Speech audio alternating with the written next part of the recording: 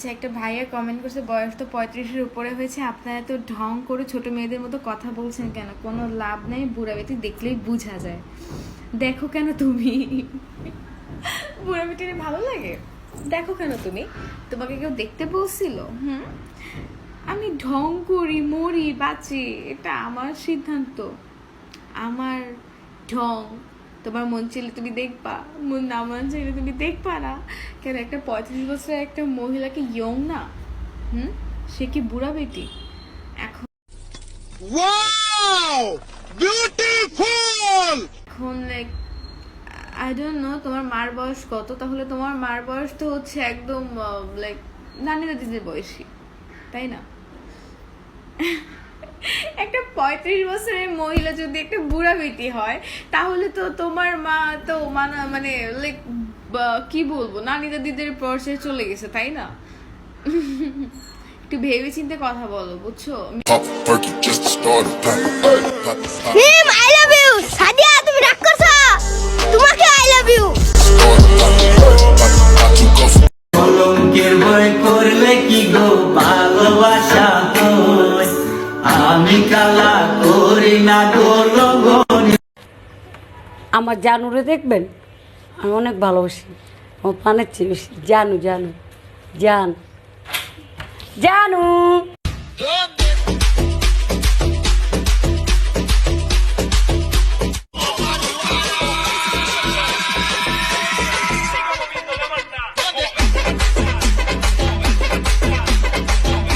আমার চ্যাটার বাল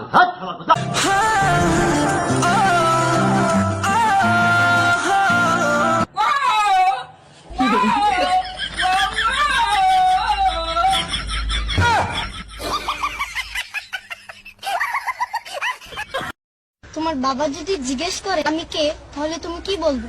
বলবো ঢাকা থেকে আমার বান্ধবীর বড় ভাই এসেছে। শুধু কি বান্ধবীর বড় ভাই, আর কিছু না? তাহলে কি বলবো জনাব, বাবা তোমার জামাই এসেছে? বললে ক্ষতি কি? বিয়ে হবে কি? সেহরি খাওয়ার জন্য আমার মোবাইলে অ্যালার্ম দিতে হয় না, কারণ আমার ঘরে আমার মা আছে না। ঘরে মা থাকলে আবার অ্যালার্ম দেওয়া লাগে নাকি?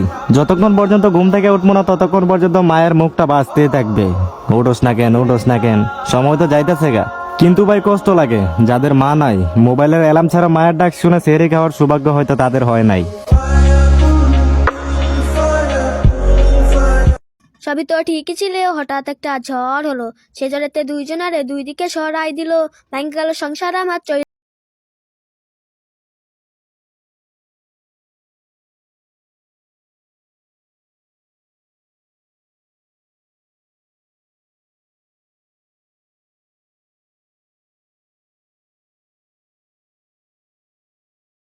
इसमें तो कुछ भी नहीं, आप क्या खा रहे हो? बेटा मैं गणित का टीचर हूँ, मैंने खाना मान लिया है। अरे मुझे चक्कर आने लग गया अब। अरे वो लड़की चले गई।